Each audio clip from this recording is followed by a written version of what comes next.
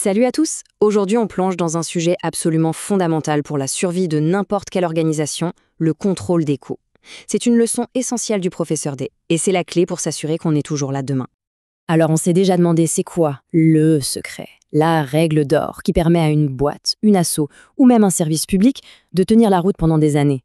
Eh bien la réponse, elle est beaucoup plus directe qu'on ne le pense. En fait, tout est résumé dans cette phrase du professeur D. La clé, c'est ça. Avant de prendre la moindre bonne décision, il faut d'abord comprendre. Il faut savoir. Et dans le cas qui nous intéresse, il s'agit de savoir très exactement combien les choses coûtent. Allez, c'est parti, on rentre dans le dur. Avant même de se demander comment on fait, la première question, c'est pourquoi. Pourquoi est-ce que c'est si important, presque vital, de suivre ces dépenses de si près? Et la réponse, elle est simple. Elle tient en un seul mot. La pérennité. L'objectif numéro 1, avant même de rêver de profit, c'est de survivre. C'est la base, que ce soit pour une multinationale ou pour la petite association du coin. Il faut durer. Alors, pour commencer à y voir clair dans ces dépenses, il faut savoir les ranger. Imaginez 4 grandes boîtes. D'un côté, les charges directes, faciles à attribuer à un mini-produit, et les indirectes, qui sont partagées par tout le monde. Et de l'autre, les charges variables, qui montent et qui descendent avec la production, et les fixes, qui, elles, ne bougent pas. C'est vraiment la base de la base. Il faut avoir ça en tête. Bon, première méthode sur la table, le coût complet. Là, c'est simple, il faut s'imaginer en détective. Notre mission, mener l'enquête pour trouver le vrai coût d'un produit, celui qui cache absolument toutes les dépenses. Pour que ce soit bien clair, prenons un exemple. Uniqlo qui doit produire 15 000 sweatshirts. Ce chiffre, 15 000, il change absolument tout. C'est justement cette production à grande échelle qui va rendre le calcul beaucoup plus complexe qu'il n'y paraît. Et regardez, c'est très visuel. D'un côté, on a ce qui saute aux yeux, les coûts évidents, le tissu, le fil, etc. Ce sont les charges directes. Et de l'autre, on a un peu la face cachée de l'iceberg, les charges indirectes, le loyer, l'électricité. Elles sont tout aussi essentielles, mais comment savoir quelle part attribuer à un seul et unique suite? Et là, on touche au cœur du problème. C'est le casse-tête. Comment on fait pour diviser cette énorme facture d'électricité de manière juste entre chaque suite? L'enjeu est dingue, parce que si on se trompe, soit on vend trop cher et personne n'achète, soit on vend à perte sans même s'en rendre compte. Heureusement, il y a une méthode, une sorte de recette de cuisine logique en 4 étapes. D'abord, on regroupe les coûts qui se ressemblent dans des paniers. Ensuite, pour chaque panier, on choisit une unité de mesure, par exemple les heures de fonctionnement des machines. Troisième étape, on calcule combien coûte une seule de ces unités. Et enfin, on n'a plus qu'à multiplier pour donner à chaque produit sa juste part du gâteau. C'est carré et ça permet de ne pas avancer à l'aveugle. Et à la fin de notre enquête, on obtient quoi? Le fameux coût de revient. C'est un peu le Graal, le chiffre qu'on cherchait depuis le début. La formule est super simple à comprendre. On prend tous les coûts directs, on y ajoute la petite part des coûts indirects qu'on vient de calculer, et voilà. On a la photo complète, le coût total et réel de notre sweatshirt. Allez, on change de perspective. On a vu la méthode du détective, maintenant passons à l'outil du manager pressé, la méthode du coût spécifique. Ici, l'objectif n'est plus d'être ultra précis, mais d'être rapide et efficace pour prendre une décision. Est-ce que ce produit, là maintenant, me rapporte de l'argent? Et tout le secret de cette méthode, c'est de bien séparer 2 familles de coûts.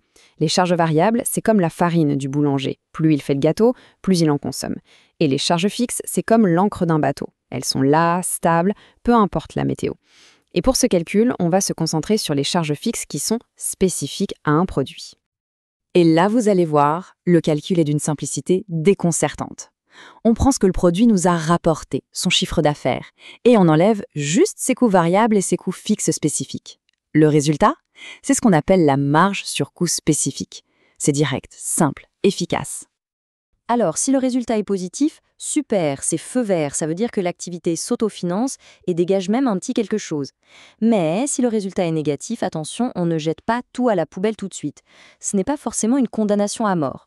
C'est une information et c'est là que le vrai travail de réflexion commence. Bon, maintenant qu'on a nos 2 approches, mettons-les face à face. Coût complet contre coût spécifique. Il faut bien comprendre qu'elles ne sont pas ennemies. En fait, elles ne répondent juste pas à la même question. L'une, c'est pour la précision, l'autre pour la décision rapide. Ce tableau résume parfaitement le match. D'un côté, on a le coût complet. Hyper précis, génial pour fixer son prix de vente. Mais son défaut, c'est qu'il est lourd, coûteux à mettre en place et surtout, il repose sur des choix de répartition qui sont un peu arbitraires. De l'autre côté, le coût spécifique, un vrai sprinter. Simple, rapide, parfait pour voir si un produit est rentable à court terme. Mais sa limite, c'est qu'il ignore une partie des coûts, les frais généraux. Et c'est ça le point crucial à retenir. Tous ces calculs, ce ne sont que des outils. Des outils formidables, certes, mais des outils quand même. Les chiffres, c'est une boussole, ce n'est pas le capitaine du navire. La vraie décision, à la fin, elle est humaine, elle est stratégique. Du coup, revenons à notre question. Le calcul de coûts spécifique tombe et le verdict est sans appel, votre activité est dans le rouge. La réaction instinctive, c'est d'appuyer sur le bouton rouge et de tout arrêter, non? Eh bien, pas si vite. Parce qu'en réalité, un produit qui perd de l'argent peut être super utile. Peut-être qu'il l'aide quand même à payer une partie du loyer. Peut-être que c'est votre produit vitrine, celui qui fait votre image de marque. Ou alors, c'est un produit d'appel qui attire des clients qui, eux, achèteront autre chose. Ou c'est peut-être simplement un pari sur l'avenir. Bref, la décision dépasse de loin le simple calcul. Et pour compliquer un peu les choses, il y a un nouveau défi qui change toutes les règles du jeu, le développement durable. Vouloir recycler, utiliser des matériaux éco-responsables, ça augmente presque toujours les coûts. C'est un fait. Et ça force à un arbitrage permanent entre ce que ça coûte, le prix qu'on peut fixer, et les valeurs qu'on veut défendre.